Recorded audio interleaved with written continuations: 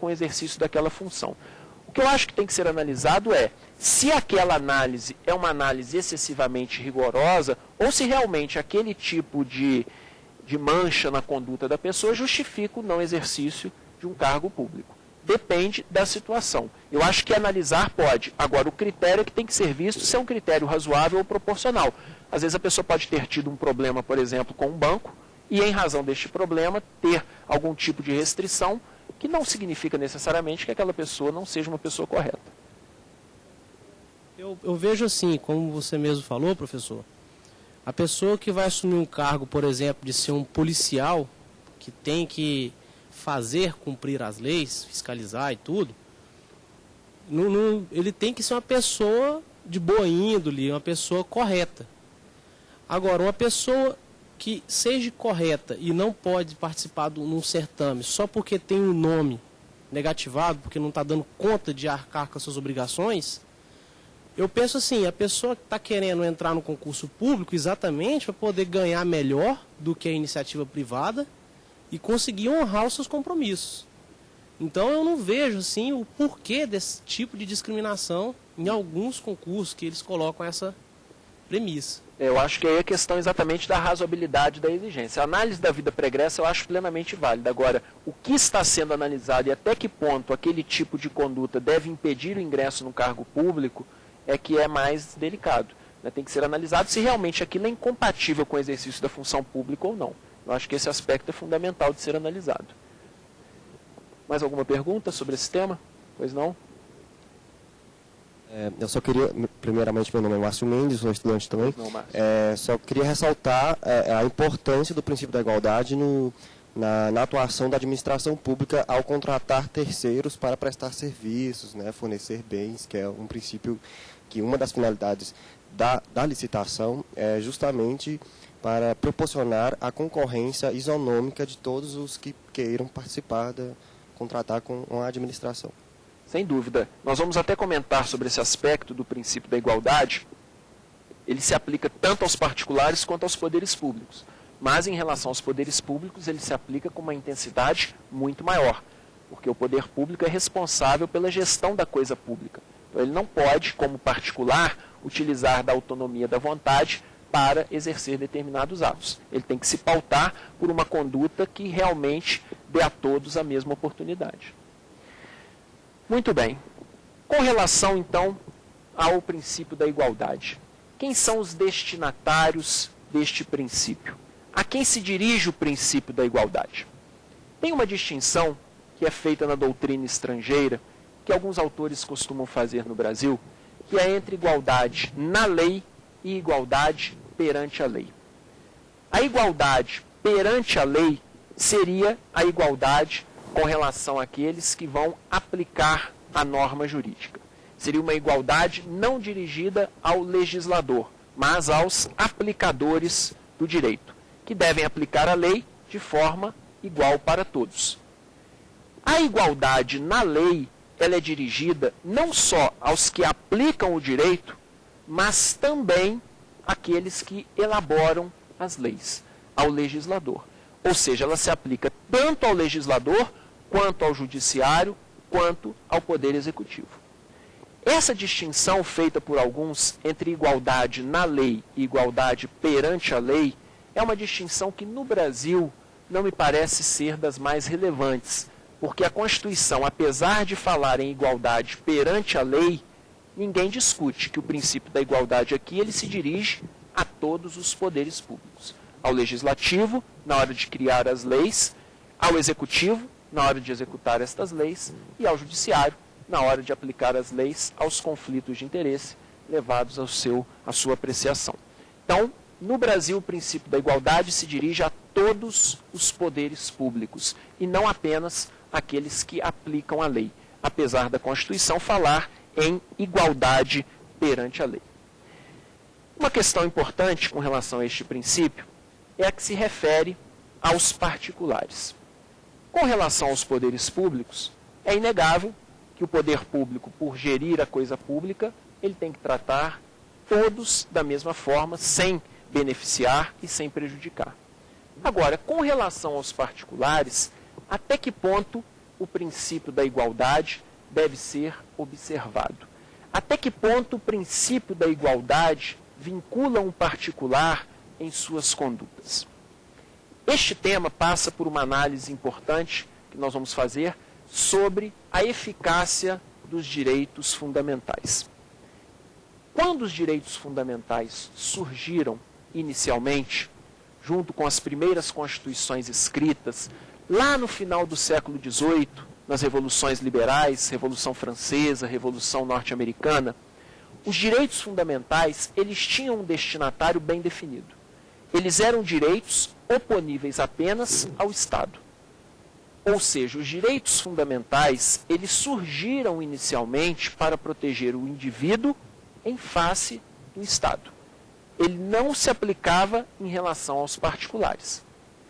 Como a relação Estado-indivíduo é uma relação vertical, é uma relação de subordinação, esta eficácia ficou conhecida como eficácia vertical dos direitos fundamentais.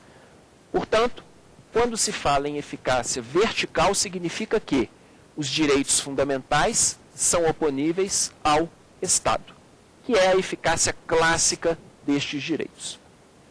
No entanto, com o passar do tempo, começou a se perceber que a opressão e a violência contra o indivíduo não vinham apenas do Estado, vinham também de outros particulares, vinham também de grandes corporações, de grandes empresas, e começou a se falar numa eficácia horizontal dos direitos fundamentais. O que seria a eficácia horizontal dos direitos fundamentais? Eficácia horizontal é quando você aplica um direito fundamental a uma relação horizontal, a uma relação de coordenação, como é a relação entre os particulares. Ao contrário da relação Estado-particular, que é uma relação vertical, a relação entre particulares é uma relação de coordenação, é uma relação de igualdade, pelo menos uma igualdade jurídica. Portanto, quando os direitos fundamentais se aplicam a estas relações entre particulares, se fala em eficácia horizontal dos direitos fundamentais. A questão é, os direitos fundamentais se aplicam ou não às relações entre particulares no Brasil? E se aplicam, em que medida? Dependem de lei para serem aplicados? Se aplicam diretamente? Existem 3 teorias, se nós formos reunir as principais, nós poderíamos agrupá-las em 3 teorias principais com relação a essa eficácia. A primeira teoria é a teoria do direito norte-americano, a teoria da ineficácia horizontal dos direitos fundamentais. Tanto a doutrina quanto a jurisprudência nos Estados Unidos adotam o entendimento, em sua grande maioria, de que os direitos fundamentais, eles são oponíveis apenas ao Estado. Eles não são oponíveis aos particulares. E por que nos Estados Unidos este é o entendimento majoritário? A Constituição norte-americana, que é uma das primeiras constituições escritas, ela tem mais de 200 anos. E quando ela foi criada, só existia a eficácia horizontal dos direitos fundamentais. A eficácia vertical, perdão, não existia eficácia horizontal. Então você encontra em vários dispositivos da Constituição norte-americana uma referência específica aos poderes públicos, como os destinatários dos deveres decorrentes daquele direito. A doutrina e a jurisprudência, com base nesta menção específica aos poderes públicos, entende que os direitos fundamentais, eles só se aplicam às relações entre Estado e particular. Eles não se aplicariam às relações entre particulares. No entanto, mesmo nos Estados Unidos, eles desenvolveram uma teoria que é chamada doutrina da State Action, que na verdade tenta contornar esta proibição de aplicação dos direitos fundamentais às relações interprivadas. De que maneira eles tentam contornar esta vedação? Equiparando alguns atos dos particulares a atos estatais. Por isso que se chama doutrina da State Action, da ação estatal. Eles equiparam determinados atos privados a atos do Estado, de forma a tentar permitir que os direitos fundamentais se apliquem a determinadas situações. Essa doutrina, ainda que não seja sistemática, ela atua de forma casuística em algumas situações para tentar contornar esta proibição de aplicação ou esta ineficácia dos direitos fundamentais às relações entre particulares. No caso do direito brasileiro, esta teoria não tem grande apego na doutrina. Não é uma teoria muito aceita, nem na doutrina, nem na nossa jurisprudência. Aliás, se nós pegarmos o direito comparado, essa é uma teoria minoritária. As duas principais teorias, inclusive as duas principais teorias no Brasil, são a teoria da eficácia horizontal indireta e a teoria da eficácia horizontal direta. Uma que defende que os direitos fundamentais só se aplicariam indiretamente. Por isso, teoria da eficácia horizontal indireta. A outra que defende que eles poderiam ser aplicados diretamente às relações entre particulares. Por isso, eficácia horizontal direta. A teoria da eficácia horizontal indireta é a teoria predominante hoje no direito alemão. E, segundo Virgílio Afonso da Silva, é a teoria mais adotada em todos os países que estudam esta questão mais a sério. A teoria da eficácia horizontal indireta, ela parte da seguinte premissa. Se você permitir que um direito fundamental, que é um direito que se expressa por princípios, seja aplicado diretamente às relações entre particulares, você acaba aniquilando a autonomia da vontade. Você acaba desfigurando o direito privado. Por isso que se defende na Alemanha que não poderia se aplicar diretamente um direito fundamental a uma relação entre particulares. Seria necessário uma intermediação legislativa. Seria necessário que o direito privado, que o legislador, criasse uma lei fazendo a intermediação, para que os direitos fundamentais pudessem irradiar os seus efeitos sobre esta relação entre particulares. É o chamado efeito irradiador dos direitos fundamentais. Os direitos fundamentais irradiariam os seus efeitos nas relações entre particulares através do direito privado, para evitar o subjetivismo, para evitar que o Poder Judiciário tenha uma margem de atuação muito ampla através dos princípios dos direitos fundamentais, para evitar o aniquilamento da autonomia da vontade e a desfiguração do direito privado. Alguns autores no Brasil defendem essa eficácia apenas indireta. A teoria da eficácia horizontal direta sustenta que não são necessárias nenhum tipo de artifício ou de artimanha interpretativa para que você aplique um direito fundamental a uma relação entre particulares. A teoria da eficácia horizontal direta, que é adotada em países como Portugal, Espanha, Itália, defende que os direitos fundamentais, em determinadas situações, podem ser aplicados diretamente às relações entre particulares, sem a necessidade da intermediação legislativa. O desejável, e aí é importante que se esclareça, o desejável é que exista uma lei intermediadora, para que o direito não tenha essa margem muito ampla que o juiz possa decidir. O ideal é que o legislador privado regulamente aquele dispositivo. Agora, diante da inexistência da lei, poderia se aplicar diretamente aquele direito a uma relação entre particulares. Para não ficar muito na questão abstrata, vou trazer para vocês um exemplo de uma decisão interessante que o Supremo Tribunal Federal deu no recurso extraordinário número 161243. Este recurso extraordinário tratava da seguinte questão.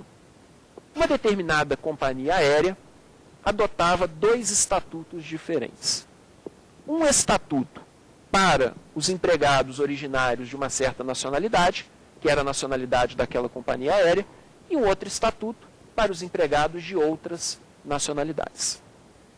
Essa questão foi suscitada no Supremo, pois se questionou uma violação por parte desta empresa aérea do princípio da igualdade, um tratamento desigual para pessoas que exerciam a mesma função.